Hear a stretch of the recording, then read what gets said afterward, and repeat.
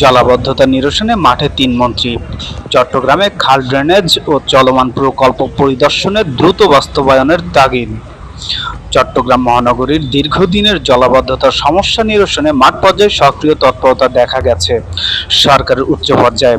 শনিবার নগরীর বিভিন্ন গুরুত্বপূর্ণ খাল, পানি নিষ্কাশন ব্যবস্থা, ড্রেনেজ চ্যানেল এবং চলমান উন্নয়ন প্রকল্প সরেজমিনে পরিদর্শন করেছেন অর্থ ও পরিকল্পনা মন্ত্রী আমির খসরু মাহমুদ চৌধুরী, স্থানীয় সরকারের প্রতিমন্ত্রী মীর শাহে আলম এবং নৌ পরিবহন প্রতিমন্ত্রী রাজীব আহসান।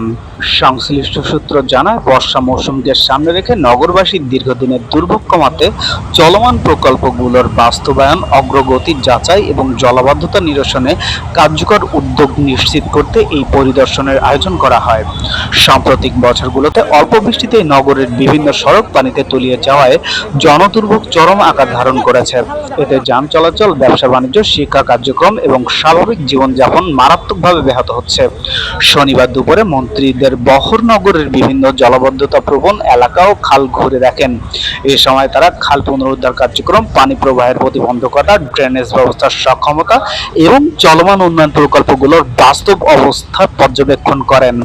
সংশ্লিষ্ট প্রকৌশলী ও কর্মকর্তারা বিভিন্ন প্রকল্পের অগ্রগতির চ্যালেঞ্জ এবং বাস্তবায়ন পরিস্থিতি সম্পর্কে বিস্তারিত তুলে ধরেন।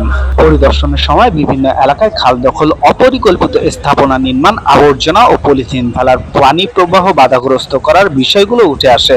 সংশ্লিষ্টরা জানান, অনেক খাল নিয়মিত পরিষ্কার করা হলেও পুনরায় বর্জ্য ফেলার কারণে পানি নিষ্কাশন বাধাগ্রস্ত হচ্ছে, ফলে ভারী বৃষ্টিপাতের সময় পানি দ্রুত নামতে পারছে না।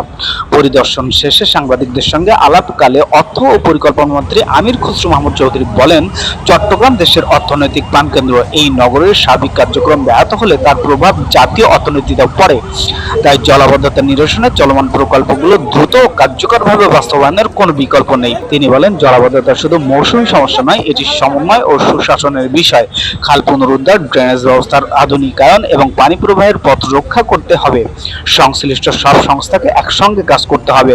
অর্থমন্ত্রী আরও বলেন, যেসব এলাকায় সামান্য বৃষ্টিতে জলাবদ্ধতার সৃষ্টি হয় সেসব স্থান চিহ্নিত করে জরুরি ভিত্তিতে ব্যবস্থা নেওয়ার নির্দেশনা দেওয়া হয়েছে। একই সঙ্গে চলমান প্রকল্পগুলোর কাজের গতি বাড়িয়ে দ্রুত দৃশ্যমান অগ্রগতি নিশ্চিত করার উপর গুরুত্ব আরোপ করেন তিনি।